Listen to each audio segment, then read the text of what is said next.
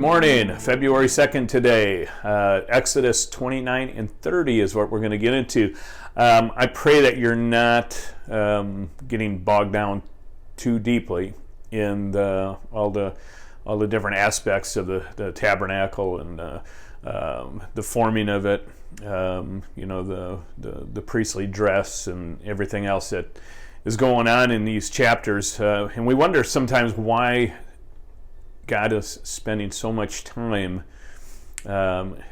explaining, the dynamics of the tabernacle, all the different elements, and I mean we see every little detail that's laid out here, and we have to remember that what's going on here is, when Moses was up in the mountain getting the Ten Commandments, I mean, this is a very unholy people right now. This is in the middle of everything that their doubt, the things that are going on in their heads, the walking away from God, making idols, doing all these kind of really dumb things, and God is reiterating His holiness, His power, by laying out this stuff, by putting this together, and really making the holiest place He can and to dwell in the middle of all this. And it's really not unlike the church. A lot of times we don't live out in the world the way we need to, and we kind of wait until we get into church and we feel that it's reverent and it's more of a holy place than out there, and it's not. We got to remember that the Old Testament is leading up to Jesus Christ. We know that Jesus was there on the mount. He was there in the pillar of fire. He's there in the rock, that delivers water.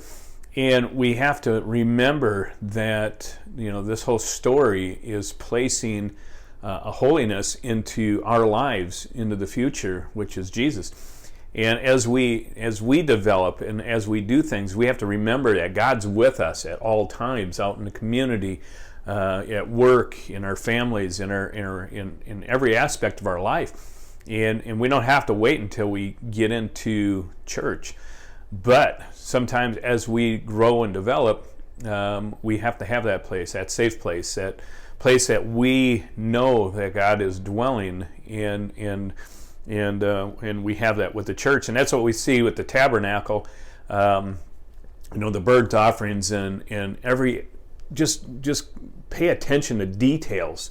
We look at the two teams that are playing today.